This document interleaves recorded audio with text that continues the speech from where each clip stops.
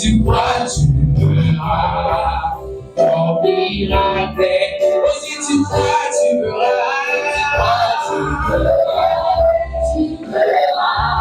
Tu verras. Si tu crois, tu verras.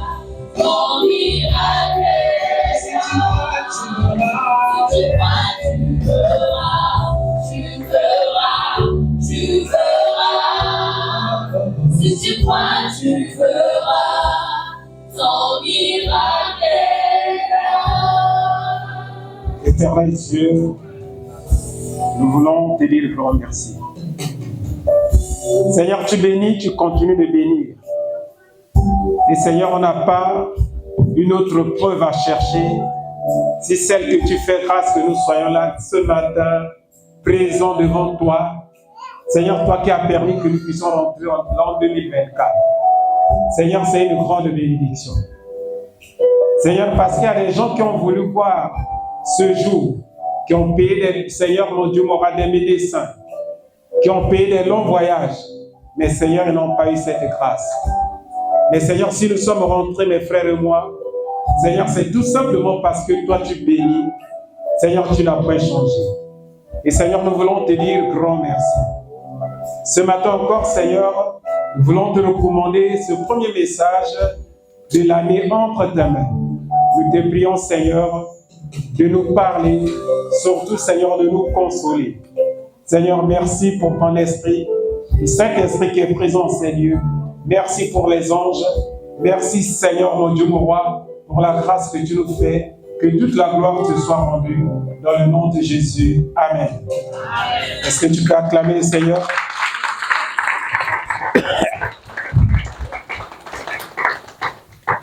Tu peux t'asseoir.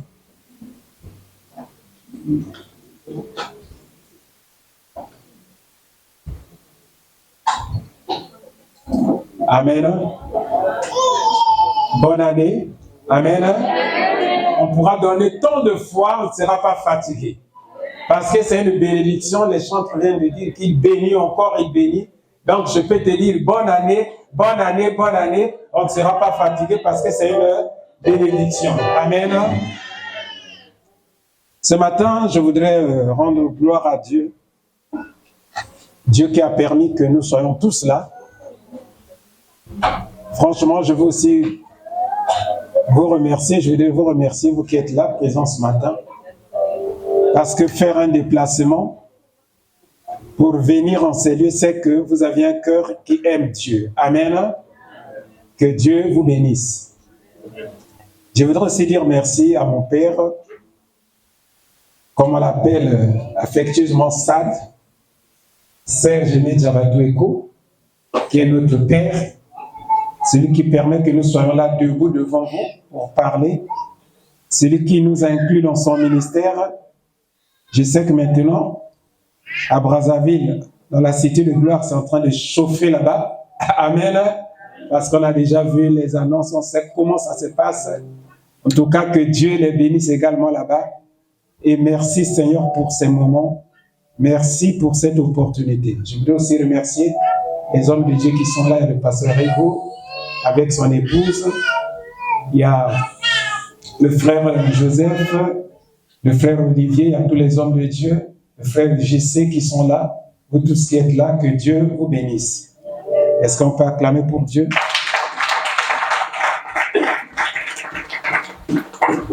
J'ai posé la question à papa au bishop. J'ai dit, mais papa, l'année passée, c'était l'accès efficace. Et on a beaucoup parlé de ce thème.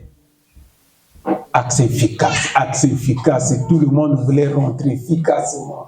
Accès efficace dans le travail, accès efficace dans le mariage. Accès efficace. Grande porte, accès efficace, mais les adversaires sont nombreux. Et j'ai posé la question à papa de savoir quel était le thème de cette année. Il m'a envoyé les affiches, il a dit la grande consolation. J'ai essayé juste de réfléchir, je dis accès efficace, grande consolation. Et comme je parlais à maman aînée ce matin, j'ai dit que mais ce thème-là, au fait, c'est pas pour quelqu'un d'autre, c'est juste pour moi. Parce que quand je regarde ma vie, quand je regarde certaines situations qu'on a pu traverser dans nos vies, dans nos familles, j'ai dit, mais donc, finalement, Dieu parle. Amen. Et donc, le thème de notre année, c'est la grande consolation. Amen.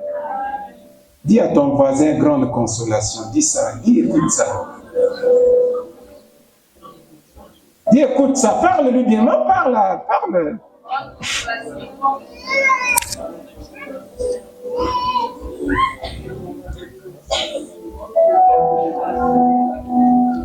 Nous allons juste causer ce matin, je vais parler la part de Dieu, mais on va plus causer.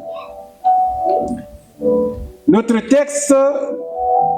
thème est tiré du texte de Actes 20, verset 12. Où on dit que le jeune homme fut ramené vivant et ce fut le sujet d'une grande consolation. Bien-aimés, nous ne pouvons pas parler d'une consolation sans parler en amont de certaines situations qui arrivent dans nos vies. Écoute-moi très bien ce matin. Pour qu'il y ait consolation, il faudrait qu'en amont, il y a certaines situations qui arrivent dans nos vies. Et quand je réfléchissais, je préparais ce message, Dieu m'a donné l'exemple tout à fait c'est-à-dire que simple. Il a dit, Antoine, tu vas parler à mon peuple. Regarde ce que je te montre. Chaque personne a ce qu'on appelle une autoroute de sa vie. Pour atteindre une certaine destination, tu vas, je ne sais pas, de l'Île-de-France, de Paris pour aller à Lyon, je ne sais pas, partout en Belgique, tu dois passer par une autoroute.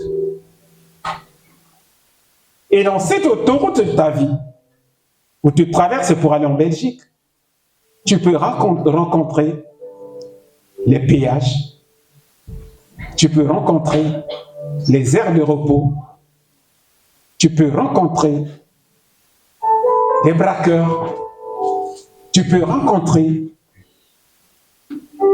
comment on appelle ça, des radars, tu peux faire un accident pour arriver en Belgique, en Allemagne. Et ça, c'est ta destination, c'est l'autoroute de ta vie. Et chaque personne qui est sur cette terre a une autoroute particulière. Et dans cette autoroute, tu peux rencontrer tout ce que tu peux rencontrer. Tu peux passer quelque part, c'est des péages qui coûtent cher. Et si la barrière n'est pas, tu ne payes pas, tu ne passes pas. Donc, ça veut dire qu'il y a des gens que nous sommes dans la vie, tu peux rencontrer, avoir une maladie. Qu'on peut te dire une maladie incurable. Tu peux perdre ton foyer. Tu peux perdre un enfant ou ton mari. Tu peux perdre ton travail. Tu peux passer, comme le témoignage que nous venons d'écouter de mon frère, qui a passé beaucoup d'années dans ce pays, mais il n'avait pas de papier. Il ne travaille pas. Il n'a peut-être pas de parents qui puissent le soutenir. Ça, c'est l'autoroute de sa vie. Donc, chacun de nous a une destination, je peux dire une destinée, qui est une autoroute de sa vie.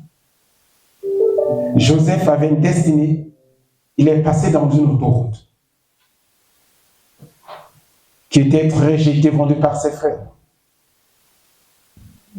Anne avait une destinée, mais il est passé par l'autoroute de ne pas avoir un enfant.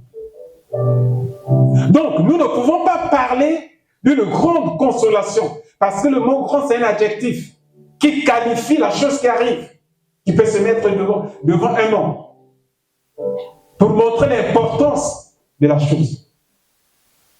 Donc, nous ne pouvons pas parler de la grande consolation sans parler des afflictions qui arrivent, des problèmes qui arrivent dans nos vies.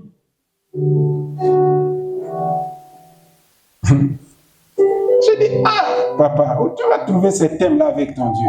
Grande consolation. Mais je peux bouleverser pour dire que grande consolation, grande affliction. Bien-aimés, il y a des problèmes qui arrivent dans nos vies qui sont parfois terribles. On peut avoir des afflictions, des épreuves où Dieu te teste.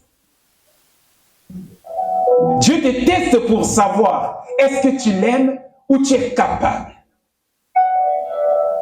Tu te poses la question de savoir, mais Seigneur, je prie, pourquoi cette chose m'est arrivée? Tu as jeûné, tu as prié, mais ça, c'est là. Tu dis, Seigneur, mais qu'est-ce qui m'arrive? Et pourtant, je crois, je donne mes dîmes, je donne mes offrandes, je fais, Seigneur, je sers à l'église. Nous nous rassemblons en famille pour te rendre gloire chaque soir. Nous allons à l'église. Mais pourquoi telle chose arrive?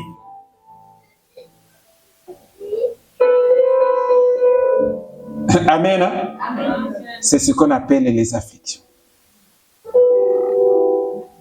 Catastrophe, un grand malheur. Tu n'as pas de solution.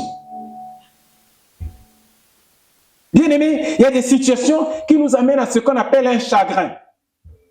Je viens de parler d'une épreuve terrible.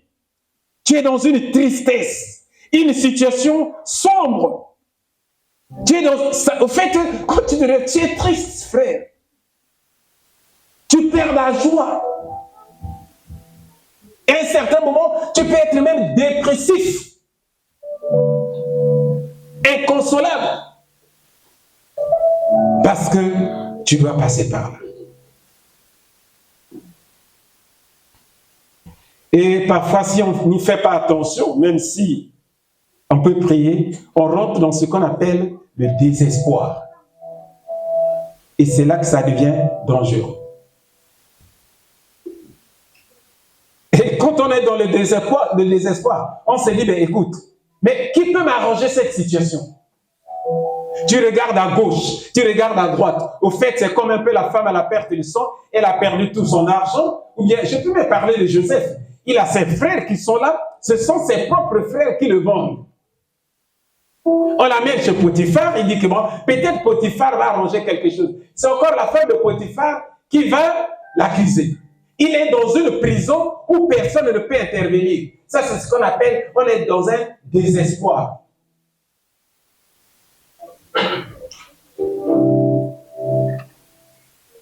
Qu'est-ce que tu es en train de traverser comme situation?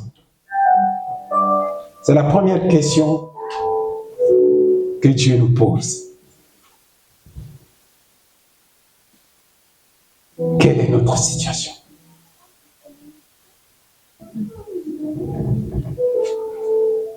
Qui peut dire Amen? Amen. Au fait, si on ne peut que parler des situations, au fait, à tous les âges, ça ne manque pas. Soit c'est des enfants comme qui sont là, qui ont perdu leur, je ne sais pas, bourse, qui ne savent même pas comment s'orienter, tout ça. Amen. Hein? Maintenant, dans toutes ces situations, c'est ce qu'on appelle la consolation. Donc, si tu sors de cette situation, c'est là où on arrive à ce qu'on appelle la consolation. S'il n'y a pas de problème, il n'y aura pas de consolation. Comment tu vas être consolé s'il n'y a pas de problème? Oh, je peux dire à quelqu'un ce matin, malgré tes problèmes, tu seras consolé au nom de Jésus. Lève-toi, dis que je serai consolé. Lève-toi, que la tristesse te quitte maintenant. Dis, je serai consolé. Moi, Dieu va me consoler. Oh, c'est quoi cette affaire? Amen. Amen. Dieu est bon. Nous pouvons nous asseoir. Bien-aimé, Dieu est bon. Dieu est bon. Au fait, la consolation, c'est quoi? C'est ce qu'on appelle diminuer la douleur. Tu avais beaucoup de douleur à un certain moment, il y a eu l'apaisement. Amen. La consolation, c'est quoi? C'est avoir une suite favorable à ce que tu veux.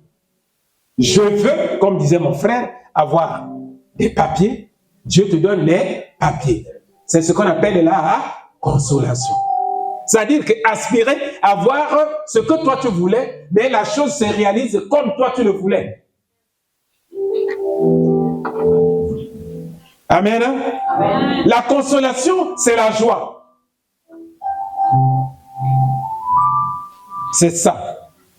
Ce que je souhaitais, les choses se font telles que je les souhaitais. Je veux avoir un mari, j'ai eu un mari. Je veux avoir des enfants, j'ai eu des enfants.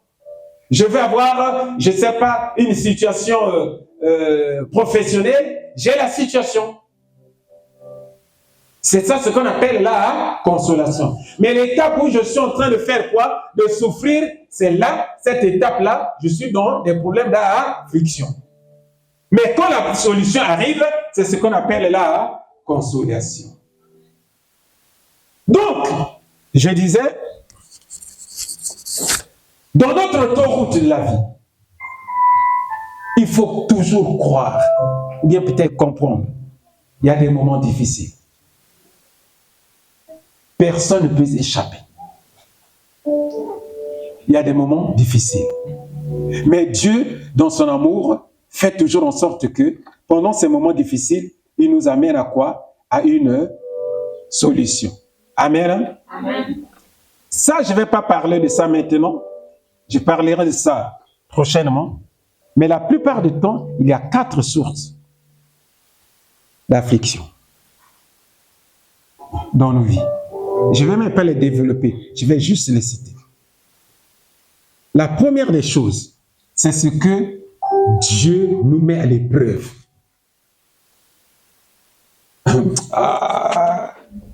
Dieu, hein? Dis avec moi, terrible. On dit bien quoi? Terrible. Terrible. Dieu est terrible. Tu peux tomber dans les afflictions, des moments difficiles, parce que Dieu le fait pour toi. Et l'autre jour, on a vu, je crois qu'on était avec le pasteur le samedi, où on disait que nos souffrances sont un parfum de bonne odeur devant Dieu. Donc, il y a des choses que Dieu permet qui arrivent dans ta vie. Ce n'est pas parce que tu as péché, ce n'est pas parce que tu as fait quelque chose, mais Dieu veut juste voir comment tu peux résister à cela. Tu me poses la question, mais qu'est-ce qui m'arrive? Dites-moi un peu, qu'est-ce que Joseph a fait? Mais Dieu voulait le tester. Pour voir jusqu'à la fin s'il était toujours du côté de Dieu. Ah, bien aimé. Pas blague avec Dieu. Hein? Il y a des choses que Dieu peut permettre dans ta vie juste pour te tester. C'est pas que tu as péché, c'est pas que tu as fait quelque chose. Ça, c'est la première source. La deuxième source, c'est les versets, on verra prochainement, c'est la désobéissance à la parole de Dieu. Il y a des choses qui peuvent nous arriver parce qu'on a désobéi à la parole de Dieu. Dieu nous parle, il nous parle, il nous parle. Nous, on n'arrive pas à faire quoi? À obéir. Comme Saoul, il dit, bon, écoute, comme toi tu désobéis, moi je vais te mettre à l'épreuve.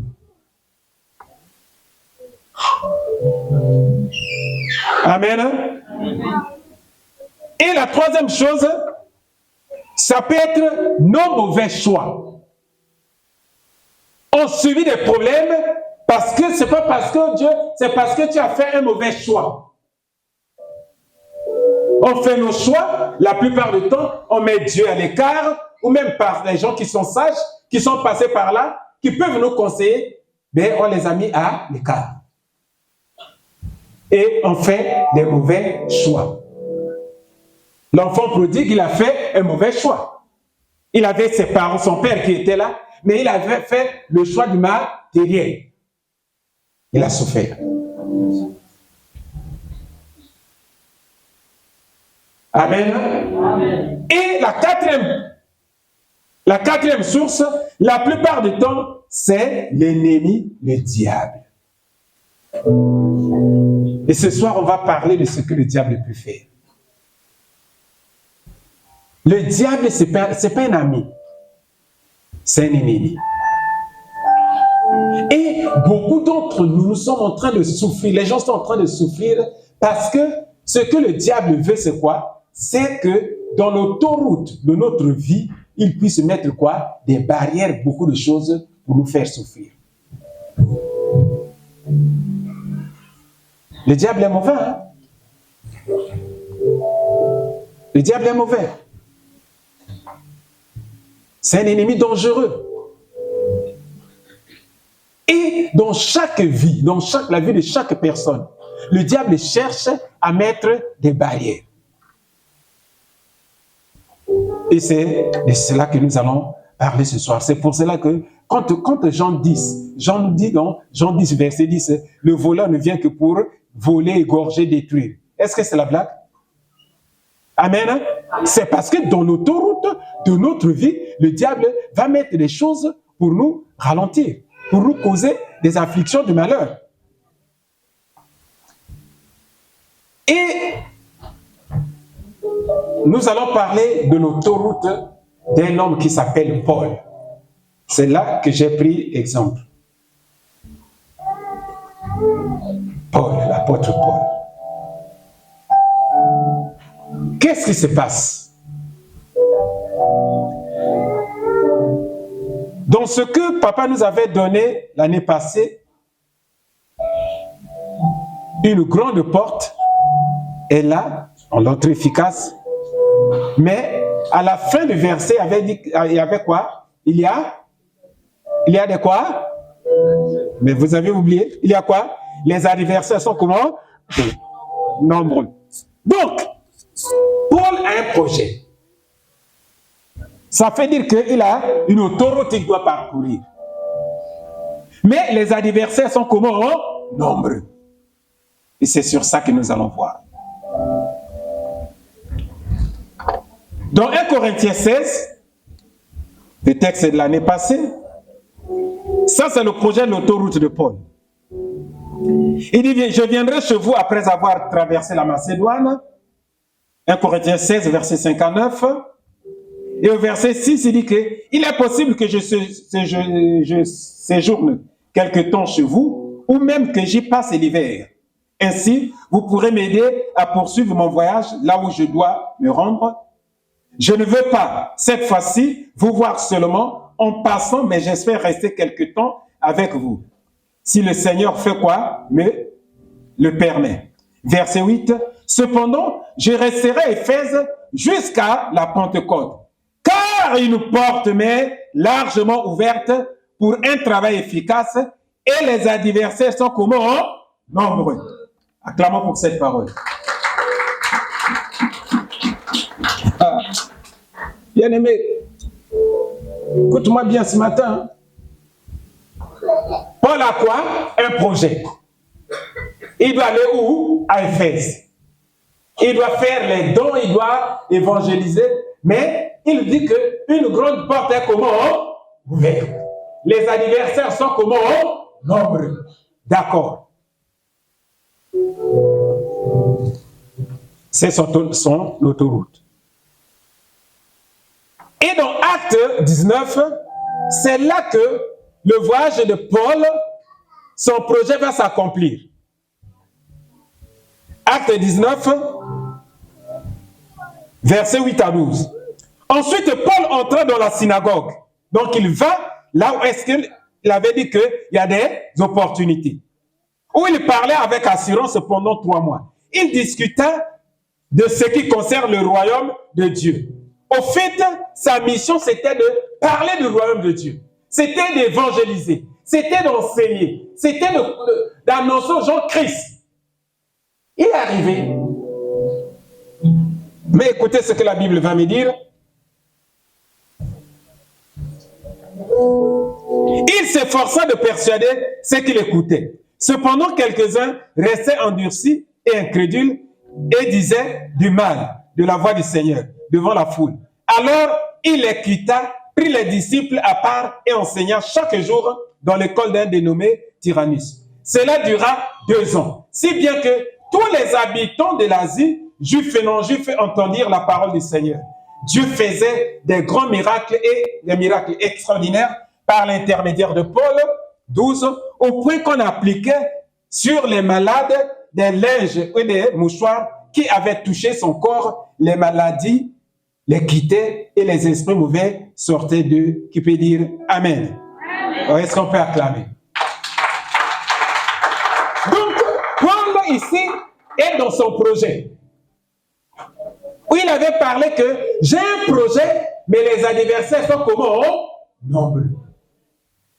Il arrive à Éphèse, il a commencé à évangéliser. Les gens croyaient.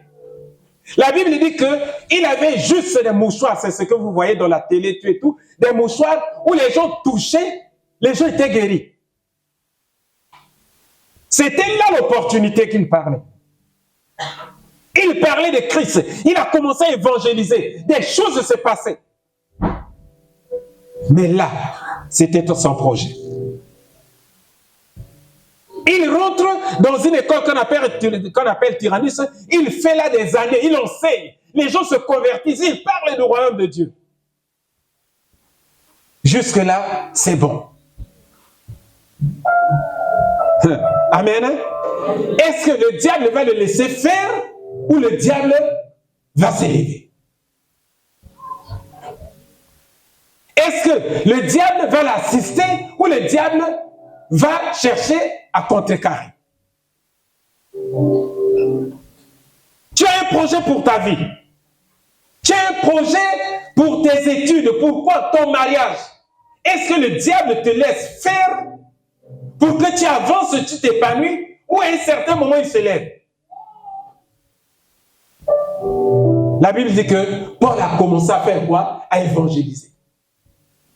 Les gens guérissaient. Écoutez ce qu'est la suite du verset, mais dit au verset 17. La Bible dit que cela fut connu de tous les habitants d'Éphèse, juifs et non-juifs. La crainte s'empara de tous et on célébrait la grandeur du nom du Seigneur Jésus. Beaucoup de croyants venaient reconnaître publiquement ce qu'il avait fait. Un grand nombre de ceux qui avaient pratiqué la magie apportèrent leurs livres et les brûlèrent devant tout le monde. On estime la valeur à 50 000 pièces d'argent. C'est ainsi que la parole du Seigneur se propageait et gagnait en puissance. Acclamons pour la parole de Dieu. Bien-aimés, ne faut jamais penser pendant un instant, quand il y a des projets, que toi tu seras seul. C'est ici que, comment on appelle, ce qu'on a vu dans 1 Corinthiens 16 commence à s'accomplir. La Bible dit que Paul prêchait, les gens se convertissaient. Ceux qui étaient dans la magie venaient rendre les livres de magie là. Je sais qu'il y a beaucoup qui ont des livres de magie, admettons, les gros livres là de je ne sais pas de quoi, je ne cite pas. Ils viennent rendre. Mais la magie, c'était servir qui? Le diable. Dites-moi bien aimé, est-ce que le diable va se laisser faire ou bien il va aussi réagir? Et quand il va réagir, c'est la joie ou c'est le malheur? Amen. La Bible dit que ceux qui avaient les livres de magie venaient les rendre publiquement. Les gens commençaient à se convertir. Le diable a commencé à perdre le terrain. Dit, il va perdre le terrain. Dites très bien qu'il va perdre le terrain. Dans ma famille, ils vont perdre le terrain. Dans mon pays, ils vont perdre le terrain. Au nom de Jésus. Amen. Écoutez, mon frère. Quand tu te dis, dans ma famille, j'ai connu Dieu. Oui, tu as connu Dieu. Et je prie pour mes frères, mes tantes, les sorciers là. Mais le diable perd le terrain.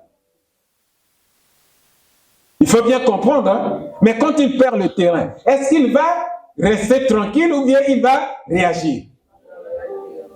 commençait à prêcher. Les gens se convertissaient.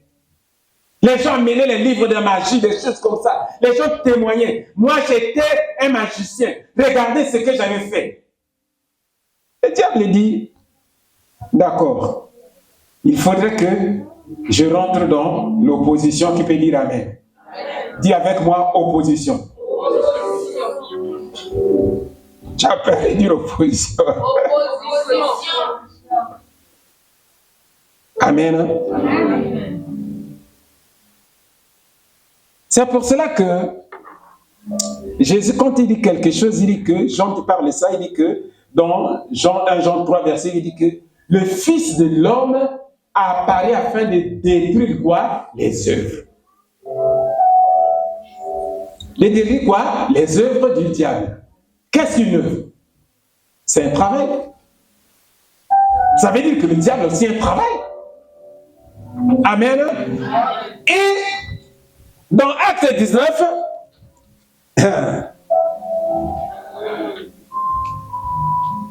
verset 23-27, à cette époque, il se produisit un grand trouble au sujet de la voix du Seigneur. En effet, un orfèvre, ça veut dire qu'un artisan, un marchand, les gens qui vendent les bijoux en or, en métal précieux, tout ça, les médailles, tout ça, c'est ce qu'on appelle un orfèvre. Amen. Il dit que des tenteurs de biens fabriquaient des temples d'Artémis en argent et procuraient un gain considérable aux artisans. Il les rassembla avec ceux qui exerçaient une activité similaire et dit, vous savez que notre prospérité dépend de cette industrie. Or, vous voyez et entendez dire que non seulement à Éphèse, mais dans presque toute l'Asie, ce Paul a persuadé et détourné une grande foule en disant que les dieux fabriqués par les mains de l'homme ne sont pas des dieux. Cela risque non seulement de discréditer notre activité, mais aussi de réduire à néant l'importance du temple de la grande déesse et même de dépouiller sa majesté, celle que toute l'Asie et le monde entier vénèrent.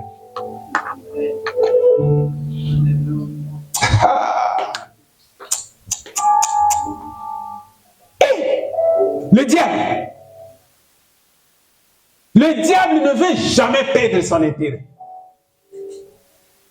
Il dit que ce monsieur-là, il dit que non, mais est-ce que vous ne voyez pas que nous sommes en train de perdre notre industrie? Le diable a fait de certaines personnes l'industrie d'avoir l'argent. Ta santé devient une industrie du diable. Où chaque année, tu es en train de dépenser de l'argent. Tu as l'argent, mais tu ne fais pas autre chose. Ce n'est que les ordonnances. Le diable a fait des ventres de certaines personnes, de certaines femmes, l'industrie. Où, comment on appelle, la grossesse ne peut pas rester. Parce que les enfants servent le diable. Le diable a fait de certains enfants qui sont dans une famille leur industrie. Tout simplement parce qu'ils ne peuvent pas réussir à leurs études. Dis avec moi industrie. Tu ne veux pas le dire, hein? Amen. Hein? Le diable a fait de certaines personnes de leur salaire, de leur fortune, les industries, où ils ne peuvent pas avoir quelque chose en main. Tu as l'argent, que tu sois en Europe, c'est le pays. Il y a un décès, il y a telle ordonnance. Tu ne peux pas avoir mobilisé des économies. Ce n'est pas une industrie. Le diable a fait de certaines femmes qui sont même les industries. Je ne demande pas aux femmes d'aider leur mari ou leur quoi, mais les industries de leur mari. Et le diable a fait aussi de certains maris les industries de leurs femmes. Ou même les industries de leurs enfants. Ce monsieur dit, mais est-ce que vous ne savez pas que nous sommes en train de perdre notre activité? Mais qu'est-ce que nous allons devenir?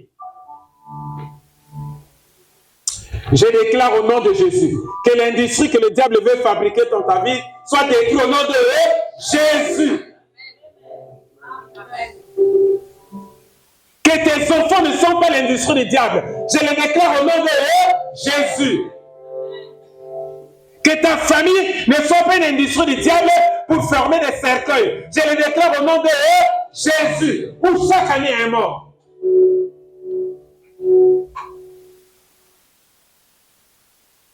Il y a des familles qui ne peuvent pas rester 2 ans, 3 ans sans pleurer. C'est quoi cette affaire?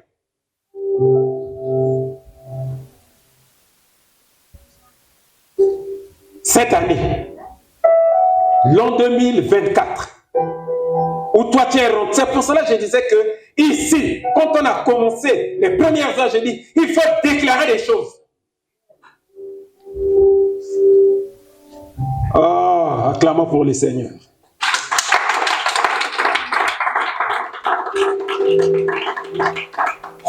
Et en plus, il dit que ce Paul a dit que ces dieux sont des dieux fabriqués de mains d'homme, que ne sont pas des dieux.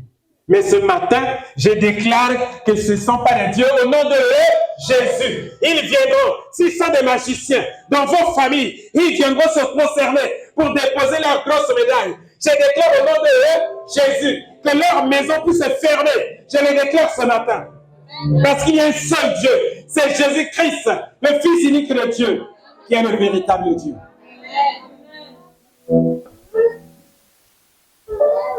Bien-aimé, l'autoroute de la vie,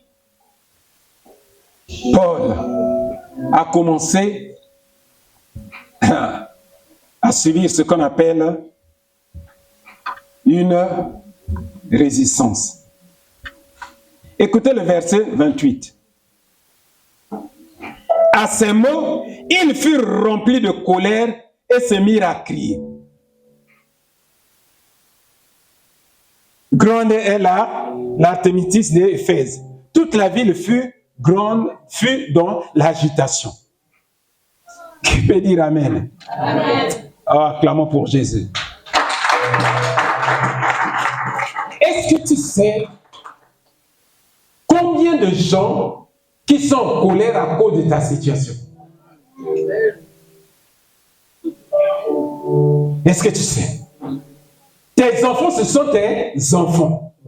Mais les gens sont en colère à cause de tes enfants. Parce qu'un tel a eu un master, parce qu'il est parti, parce que tu as des enfants ici en Europe et tout. Ils sont en colère. Pourquoi? Ce sont tes enfants. Est-ce que le jour où tu les as mis à l'école, ils étaient présents? Est-ce qu'ils ont contribué? Pourquoi ils sont en colère? C'est pour cela, mon frère. J'avais dit à mon frère, ne témoigne pas encore. J'ai dit, dès que les gens vont savoir que, voilà, il a déjà un titre de séjour, des choses comme ça, ils vont chercher à caler ailleurs. Amen. Attends que les choses puissent avancer. Tu as le titre de séjour, c'est pas le récépissé, titre de séjour, CDI, toutes ces choses-là. Comme ça, tu viens témoigner. Parce que déjà, la liste, c'est comment? L'homme. Ils sont en colère. Et pourtant, Paul, il annonce aux gens l'évangile. Pour que les hommes ne puissent aller où? À l'enfer. Mais les gens sont en colère. Parce que le diable veut amener les gens à l'enfer. On dit avec moi, à l'enfer, je ne rentrerai jamais. Au nom de Jésus, quel que soit tout ce qui peut arriver, la porte de l'enfer est fermée pour ma vie, est fermée pour la vie de mes enfants. La porte de l'enfer, je ne peux pas mettre pied. Au nom de Jésus. Le diable, il veut amener les gens à l'enfer. Faisons attention. Nous allons voir cette histoire. Hein? Comment? Pourquoi on parle de la grande consolation? Vous allez voir. La Bible dit qu'il y avait quoi? Le trou. Ils ont commencé à crier. Oh, frère, toi tu manges bien, tu t'habilles bien. C'est toi qui as fait les dépenses. Mais quelqu'un commence à crier. Oh, je vois, papa JC, pourquoi il s'habille très bien? Mais quel est son problème? Amen. Le diable est comment? Mauvais. Dis avec moi, mauvais cœur.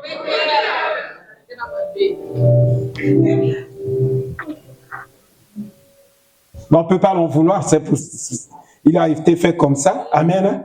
Et la Bible dit qu'il fut rempli de colère et se mit comment? À l'agitation.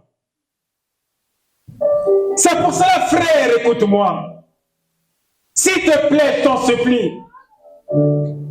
C'est pour cela qu'il y a certains projets. Tu as fait un projet, mais le projet agité. Le projet agité, ça commence à aller aujourd'hui. Demain, le directeur qui t'avait dit, mon frère, viens, ta porte est ouverte, il vient là, il y a une réticence. Oh, mais comment les choses deviennent compliquées? Dis avec moi, agitation.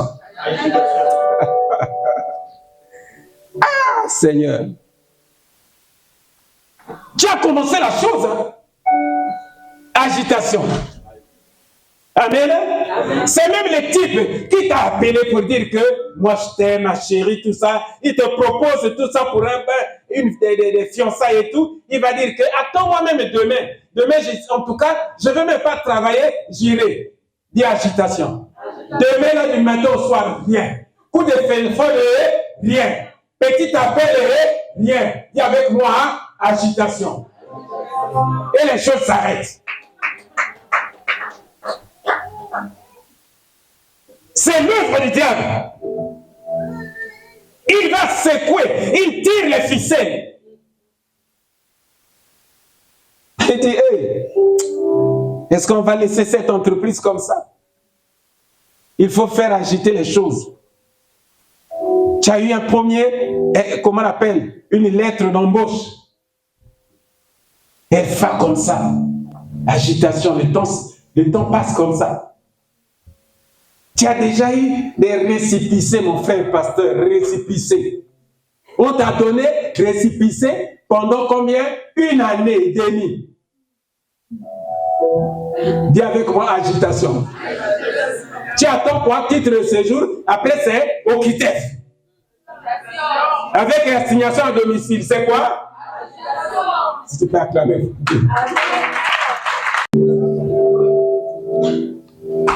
Tout est rentré dans la confusion.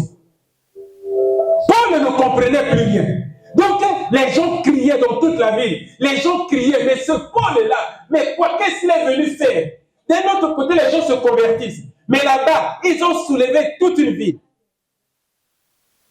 Le diable, hein? Amen. Dis avec moi, je ne suis pas effrayé. Il va toucher le cœur de Paul. Écoutez ce que Paul va dire. Je suis dans Actes 20, versets 1 à 4. Lorsque le tumulte eut cessé, Paul fit venir les disciples et il les encouragea. Puis il prit congé d'eux et partit pour la Macédoine. Il parcourut cette région en adressant de nombreuses paroles d'encouragement aux croyants et se rendit à Grèce où il séjourna 3 mois. Il était sur le point d'embarquer pour la Syrie, qui peut dire Amen. Paul ne s'est pas découragé. Il a encouragé les croyants. Ce matin, je suis là pour te dire une chose. Ne faut pas te décourager. Quel que soit le temps que ça peut durer, quel que soit, même si c'est une maladie, ne faut pas quoi? Se décourager. Est-ce que je parle à une femme? Est-ce que je parle à un homme? Je veux que si je parle à un homme, à une femme, quelqu'un qui se lève, comme parfois dit mon père Zabatou, je ne me découragerai jamais. Est-ce que tu peux te lever pour dire que rien ne peut me décourager? Rien ne peut me décourager. Rien ne peut me décourager. Je vais avancer. Tu dis pas bien. Si tu dis pas bien, on s'entend là peut-être qu'on te décourage. Dis ça bien, frère. Et le diable va écouter.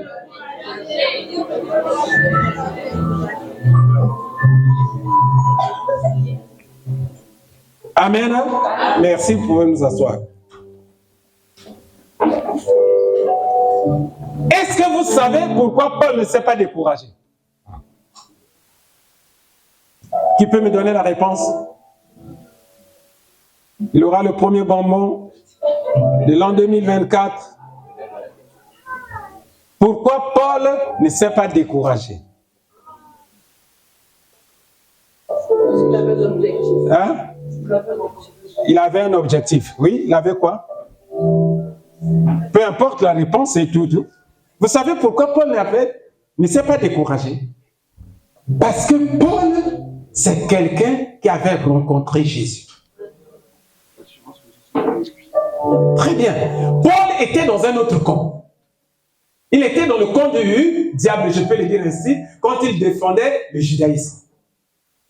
Il persécutait quoi? L'Église. Mais ce jour-là, sur la route de Damas, il a rencontré qui? Jésus. Amen. Jésus lui a dit que Paul, pourquoi me persécutes-tu? Il dit que qui es-tu, Seigneur? Il a rencontré qui? Jésus. Je parle à quelqu'un ce matin. Celui qui a rencontré Jésus. Jésus en toi. Tu ne peux pas te décourager. Parce que Jésus est en toi. Parce que Jésus, que tu sais, c'est le Dieu véritable. Parce que Jésus est au-dessus de toutes choses. Ne te décourage pas.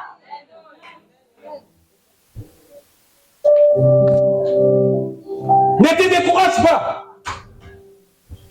Accès efficace. Celui qui veut faire un accès efficace ne se décourage pas.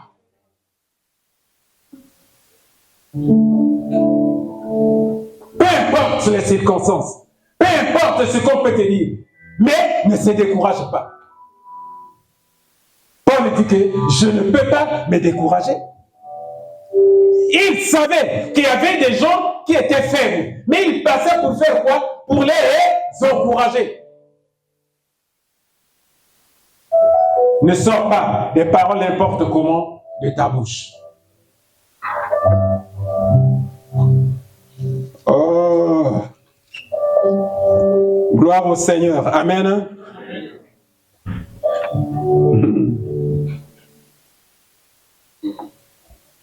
Le diable dit, bon écoute, Paul, bon, toi tu ne te décourages pas. Qu'est-ce que je vais faire?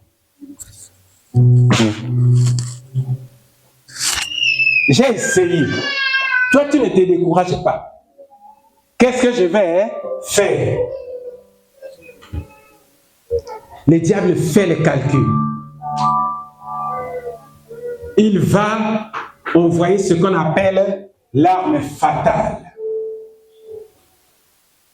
Dis avec moi, l'arme fatale. Dernière prise de Satan. Amen. Vous savez, l'arme fatale du diable, c'est la mort. Et c'est avec cette arme qu'il a essayé Jésus ou qu'il a amené Jésus à la croix. Il dit, bon, écoute, ce Paul-là, je n'arrive pas à l'avoir. Il ne se décourage pas. Maintenant, qu'est-ce que je vais faire?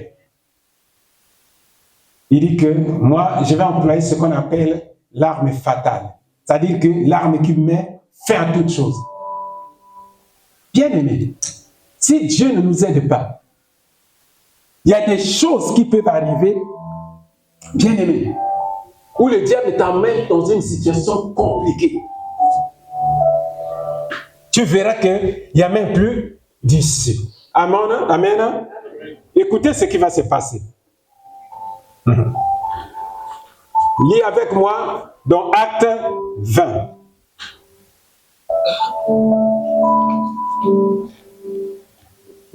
Verset 7, on va lire jusqu'au verset 11. Je peux lire? Acte 20, verset 7 au verset 11. C'est jusqu'au verset 12, mais le 12, on va lire après. Le dimanche, nous étions réunis pour rompre le pain. Comme il devait partir le lendemain, Paul s'entretenait avec les disciples. Donc, un dimanche, comme elle est là, il s'entretient avec les disciples après toutes ces épreuves-là.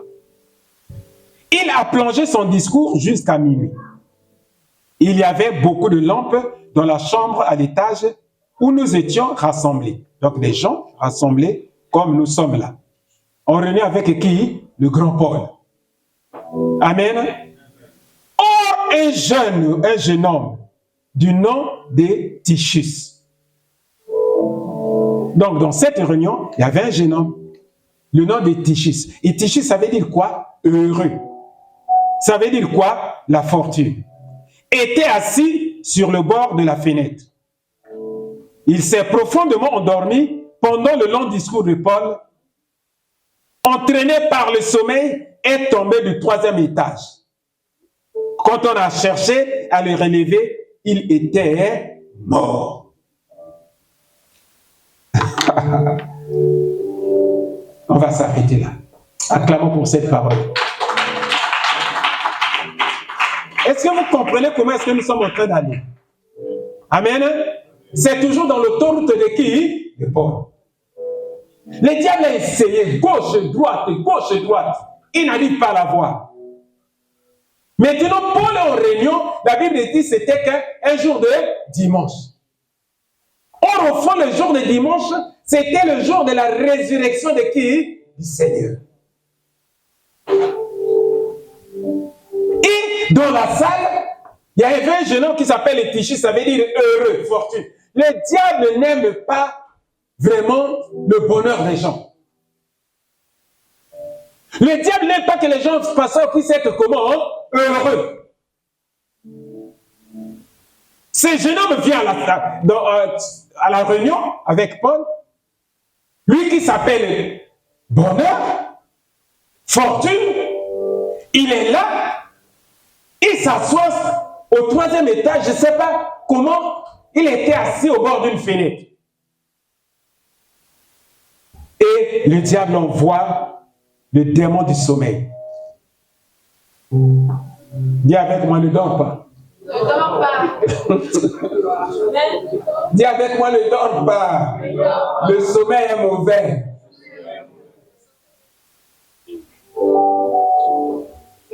Ne riez pas, mes frères, mes amis. Amen. Vous savez, il y a des choses qu'on peut dire, mais ça semble être un peu comme de la rigolade. Mais comment quelqu'un qui est venu, il s'appelle Fortune. Il a la fortune, il est heureux. Il vient, il ne peut pas savoir que au 3e étage, à côté d'une fenêtre, il n'y a même pas de chose qui lui protège le balisme, il pouvait tomber. La Bible dit qu'il est tombé. Et quand il est tombé, il a fait quoi? Il était mort. Cata finale. Est-ce qu'on peut acclamer pour Dieu? Le diable dit, là on rentre dedans. Le diable dit, ce Paul est là. On a fait du bruit. Nous on avait notre magie, tout ça. Il a dit, ce sont les faux dieux. Moi j'envoie l'ange de la mort. Le dimanche, c'est le jour du Seigneur. Le jour où Jésus était comment? Ressuscité. Et il faisait quoi? Il rompait le pain. Ça veut dire quoi? C'était le corps de Jésus et le sang de Jésus. Moi je vais l'humilier. Je vais humilier ce Paul-là. Je vais humilier leur Jésus-là. Pas un autre jour, j'envoie l'arme fatale. C'est la mort. Ah, j'aime ça. Qui peut dire Amen? À un certain moment, le diable veut nous défier. Il vient défier Paul sur son propre terrain. Il vient défier Paul parce qu'il dit qu'il prie Jésus. Mais nous allons voir comment ce Jésus-là, il va ressusciter ce gars. Il dit qu'ils sont en train de parler de la croix. Or, c'est ce Paul-là qui dit que, Jésus a dit que, à la croix, comment tout était accompli. Mais ce Paul-là dit qu'il n'y a plus de condamnation pour ceux qui sont comment en Jésus. Il dit, nous allons voir. Le diable va te défier. sur ton propre terrain. Il peut te défier rien que pour ta santé. Parce que tu dis que mon corps est le temple du Saint-Esprit. Mais le diable va défier ta santé pour dire que Jésus a dit qu'ils ont été guéris de toutes sortes de maladies. Je verrai comment ils vont s'en sortir de cette maladie. Quelle audace! Il envoie un ange, celui qu'il appelle l'ange de la mort. C'est pour cela que le diable, parfois en train de nous défier dans nos maisons, il va envoyer un ange de la mort dans nos maisons pour savoir est-ce que si nous sommes, nous pouvons résister. L'arme fatale. Et il envoie l'ange de la mort dans l'église. C'était pas dehors, mais dans l'église. C'est pour cela que le sommeil est mauvais. Quand je parle du sommeil spirituel, il est mauvais. Tu venais bien à l'église. Comment tu ne peux pas avoir une église? Comment tu dois vivre? Tu n'as pas d'encadrement spirituel. Comment tu vas vivre? Tu le feras comment? Et c'est possible? Ce ne sont pas les réseaux sociaux qui te feront vivre, mais c'est un encadreur spirituel. C'est ton assemblée.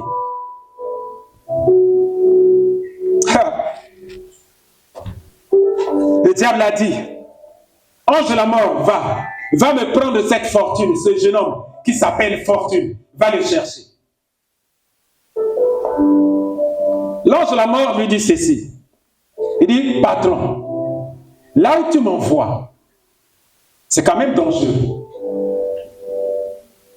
C'est un terrain dangereux. Le diable dit, moi, j'agis dans les terrains dangereux. Ce qu'on appelle la confrontation de puissance. Je veux ce qu'on appelle la confrontation de puissance. Je veux ce qu'on appelle cette réunion, dis avec moi, réunion de tous les enjeux. Réunion de tous les enjeux. Est-ce que ce matin, je parle à un homme, à une femme qui est dans cette salle pour une réunion de tous les enjeux? Ta vie est entre les enjeux bien-aimés. Le diable veut voir de quoi tu es capable. Le diable voulait voir, est-ce que ce Paul-là, est-ce qu'il est capable? Lui, il a prié pour les malades. Si j'envoie l'arme la plus fatale, est-ce qu'il sera capable, ce Paul-là? Ah, qui peut dire Amen?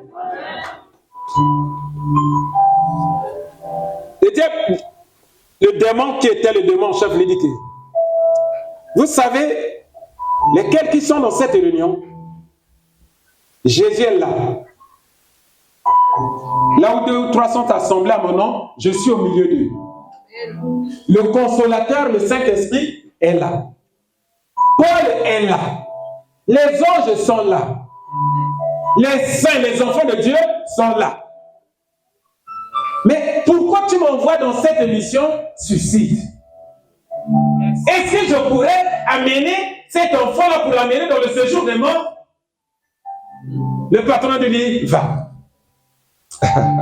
Oh, qui peut dire avec moi Amen? L'ange de la mort dit ceci. Il dit, chef, ce monsieur-là, avant qu'il ne soit ressuscité et glorifié, il y avait un monsieur qui s'appelait Lazare. Il était mort, bien mort. C'était un ami de qui? De Jésus. Il était mort. Mais quand on est venu l'annoncer, il dit qu'il dort. Je vais le réveiller. Maintenant, dans cette réunion-là, dans cette salle-là, toi, tu crois que nous, on va prendre ce jeune homme-là pour l'amener dans le séjour des morts? Il dit, allez. Il dit, chef, peut-être tu ne comprends pas. Hein? Je vais encore t'expliquer une chose. Ce Lazare-là, il était pourri depuis 4 jours.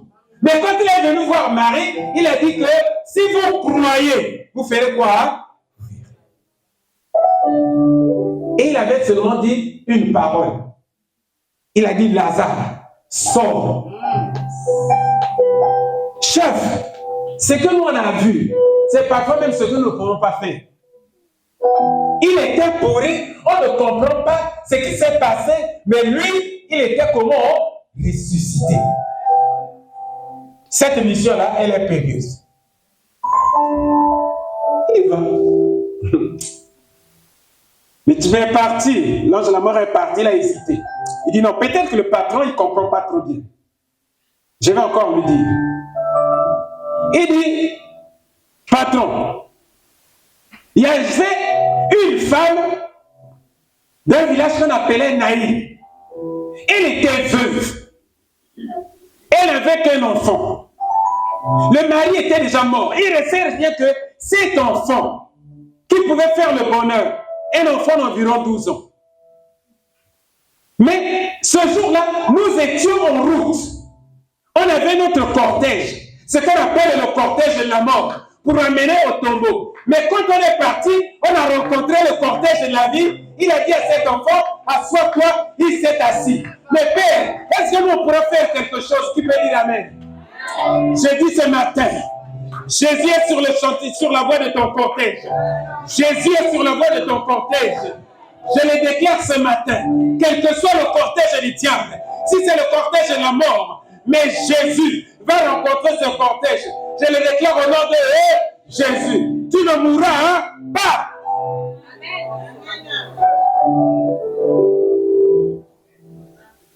Le diable a fait un cortège. C'est le cortège de ton emploi, des diplômes, des choses comme ça. Il dit, patron, cette réunion-là, allez dans l'église. Cet enfant-là, c'était dans la voie publique. On ne sait pas s'il était croyant ou non croyant, nous on ne sait pas. Mais il passait, nous on était dans le cortège pour l'amener à la destination finale qui est le tombeau. Juste se rencontrer. Les choses ont changé. Juste se rencontrer. Les choses ont basculé de camp. Mais Père, patron, on va aller dans l'église. Est-ce que ça sera possible? Vous savez, il y a quelques jours, je vous ai dit que le diable est têtu. Hein? C'est pour cela que vous verrez, avec les enfants d'Israël, il y a eu tant de miracles.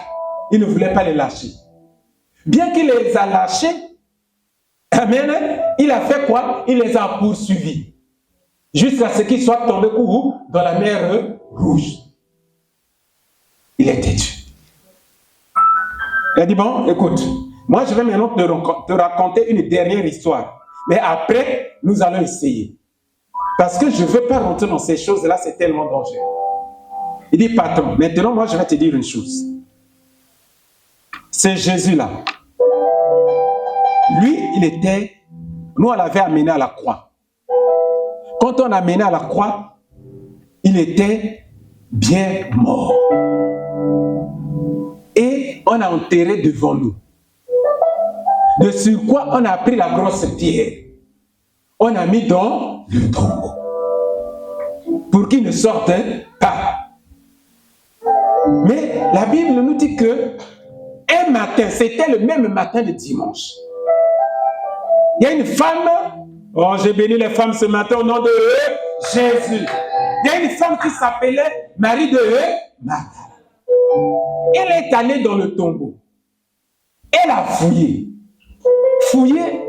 Mais elle n'a pas vu le corps de Jésus, elle a vu seulement des anges. Un à la tête et l'autre du côté du pied où était le corps du Seigneur. Elle a dit que, pourquoi viens-tu chercher cet homme-là ici? Il a apparu pour dire que, Marie, pourquoi me cherches-tu dans le tombeau? Chef l'a ressuscité. Est-ce que vous êtes sûr qu'en allant prendre ce jeune homme-là, est-ce qu'on va l'amener? Oh, acclamons pour le Seigneur.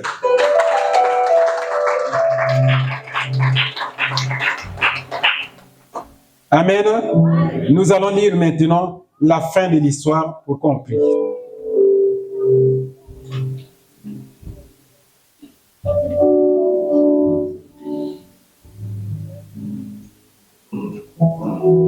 Acte 20, verset 10. La Bible dit, Paul est descendu. Dis avec moi, Paul est descendu. Il s'est penché sur lui et l'a pris dans ses bras en disant, ne vous inquiétez pas, car son âme est en lui. Ensuite, il est remonté en rompant le pain et a mangé. Il a poursuivi ses entretiens jusqu'à l'aube. Puis il est parti. Le jeune homme a été ramené vivant à leur grande consolation. Qui peut acclamer pour Dieu? Lève-toi, acclame pour Dieu. Est-ce que tu peux t'élever? Acclamer pour Dieu, acclamer pour Dieu, acclamer pour Dieu, acclamer pour la grande consolation, acclamer pour Dieu ce matin. N'aie pas peur. N'aie pas comment? La Bible dit que Paul a fait quoi? Il a continué tranquillement sa réunion. Le monsieur qui était bien mort, il a pris dans ses mains. Il n'a pas chassé, faire quoi et tout. Il a pris dans ses mains. Il dit que son âme est en lui. Et quand il est reparti, il a ramené, il était jusqu'au moment vivant. Et c'est une grande consolation. Qu'est-ce qui semble être mort dans ta vie? Qu'est-ce qui semble être impossible maintenant dans ta vie, dans ta famille? Ici, ceux qui n'avaient pas la foi, comme Paul, ont commencé à pleurer pour dire c'est fini. Mais Dieu ne pouvait pas être, comment on appelle ça, dans son propre terrain. Tu es un enfant de Dieu, tu es dans l'église. Dieu veut te dire en cette début d'année, malgré les problèmes que tu es en train de passer, il y aura une grande consolation. Malgré les échecs, malgré les tentatives, il y aura une grande consolation. Je veux que quelqu'un lève sa voix ce matin pour remercier Dieu. Tu as écouté le parcours de Paul, les embuscades. Tu as écouté ce qu'il a eu. Mais à la fin, c'est une grande consolation. Je ne sais pas si tu as des problèmes de famille, des problèmes de santé, des problèmes de papier, des problèmes de je ne sais pas, de conception. Élève ta voix.